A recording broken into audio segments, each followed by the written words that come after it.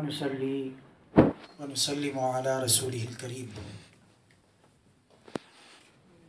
أما بعد فأعوذ بالله من الشيطان الرجيم.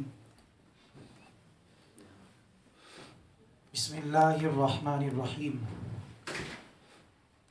قال الله تبارك وتعالى في القرآن المجيد والفرقان الحميد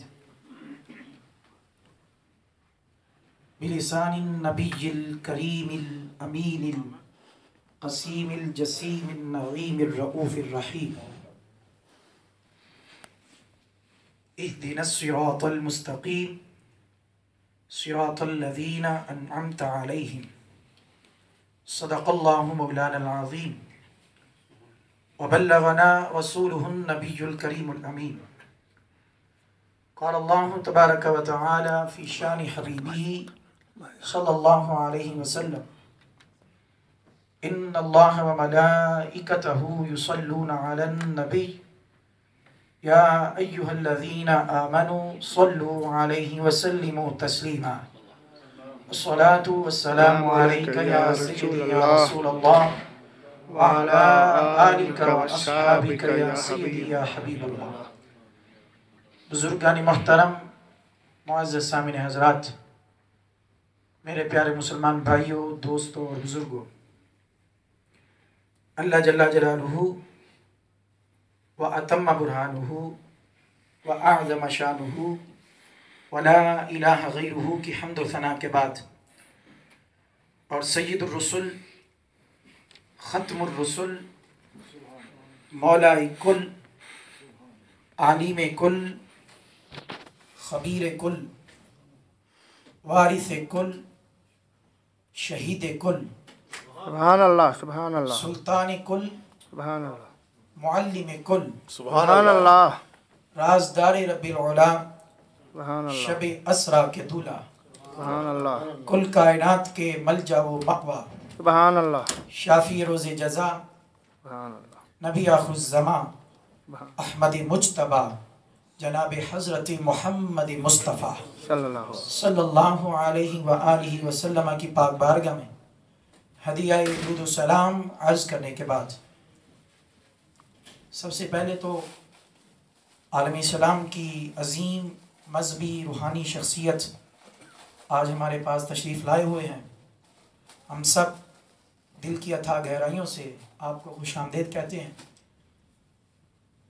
میری بھی گو حیثیت میزبان جیسی ہی ہے، اگرچہ مجھے یہاں آئے ہوئے تقریباً 2-3 دن ہوئے ہیں داتا حضور کی نگری سے. اس حوالے سے مجھے موقع دیا گیا مختصر وقت کے لیے. جو موضوع دیا گیا وہ بڑا تفصیل طلب مضمون ہے. بارکیف جو 15-20 منٹ مجھے دیے گئے، میں اس میں اختصار کے ساتھ آپ کی خدمت میں چند باتیں واقعہ کربلا کے حوالے سے، جو اس کا لب لباب ہے، آواز نیچے کم اور اس واقعہ شہادت کی جو اصل غرض و غایت اور فلسفہ ہے، وہ آپ کی خدمت میں پیش کرتا ہوں. میں نے جو قرآن مجید کی آیت مبارکہ آپ کے سامنے تلاوت کی، یہ وہ آیت مبارکہ ہے جس کو ہر نمازی اپنی ہر نماز کی ہر رکعت میں پڑھتا ہے. سورہ فاتحہ کی آیت ہے، اہدنا الصراط المستقیم.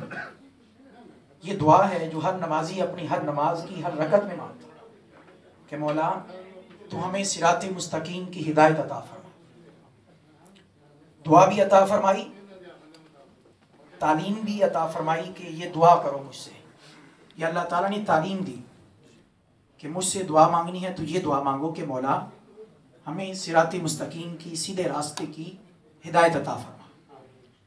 صرف اتنا ہی اللہ تعالیٰ نے مزید اس کی وضاحت یوں فرما دی، یہ دعا بھی تم مانگو اور تمہیں یہ بھی پتہ ہو کہ سیدھا راستہ ہے کیا. جہاں رب کائنات نے دعا کی تعلیم ارشاد فرمائی، وہاں اس دعا کی مزید وضاحت بھی فرما دی. فرمایا اہدنا الصراط المستقیم، مجھ سے یہ دعا مانگو کہ مولا ہمیں سیدھے راستے کی ہدایت عطا فرما.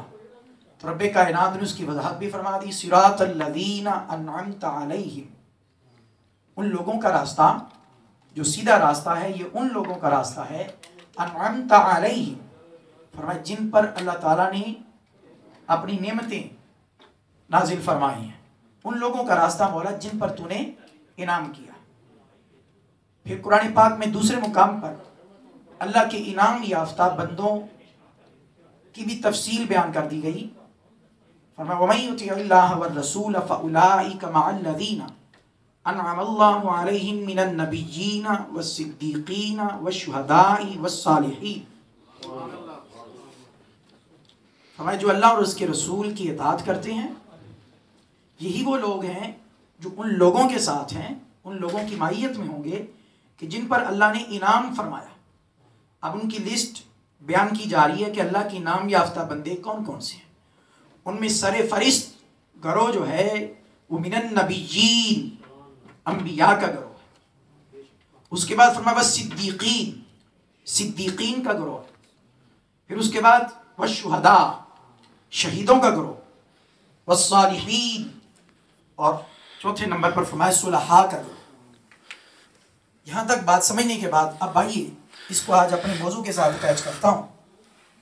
یاد رکھیں اللہ تعالیٰ نے انعام یافتہ بندوں کا ذکر فرما دیا، اب یہاں ایک اور حقیقت جاننا ہمارے لیے ضروری ہے، وہ یہ کہ اللہ تعالیٰ نے کائنات میں جس کسی کو بھی جو نعمت عطا فرمائی وہ آقا علیہ الصلوۃ والسلام کے تصدق سے عطا فرمائی، سبحان اللہ، آقا علیہ الصلوۃ والسلام کے توسط سے عطا فرمائی، آپ کے وسیلے سے عطا فرمائی۔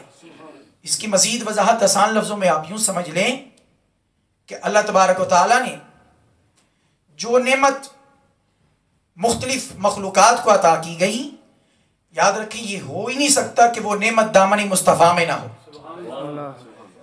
الغرض مخلوق میں سے کسی کو بھی جو نعمت ملی تو اس نعمت کا دامن مصطفیٰ میں موجود ہونا ضروری ہے۔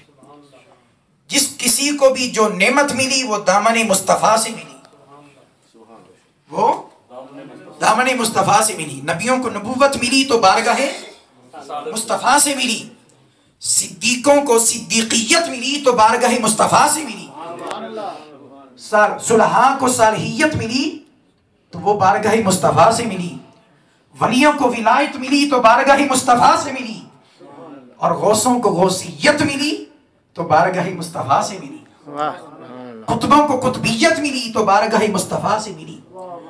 مختصر یہ جس کسی کو بھی جو نعمت ملی وہ دامن مصطفیٰ سے ملی۔ اس حوالے سے اس چیز کو سمجھنے کے بعد اور پھر یہ حقیقت کو میں اپنی طرف سے جملوں میں بیان نہیں کر رہا، صحیح بخاری شریف کے حدیث پاک کتاب العلم کی آقا علیہ الصلوۃ والسلام نے فرمایا انما انا قاسم واللہ یعطی، فرمایا اللہ تعالیٰ نے ساری نعمتیں مجھے عطا کر دی اور مجھے یہ اختیار دے دیا کہ میرے بندے، اے پیارے محبوب، کہ میں نے اپنی ساری نعمتیں تیری جھولی میں ڈال دی۔ سبحان اللہ، اے پیارے محبوب ساری نعمتیں تجھے عطا کر دی پھر بھی میرے خزانوں میں کوئی کمی نہیں آئی۔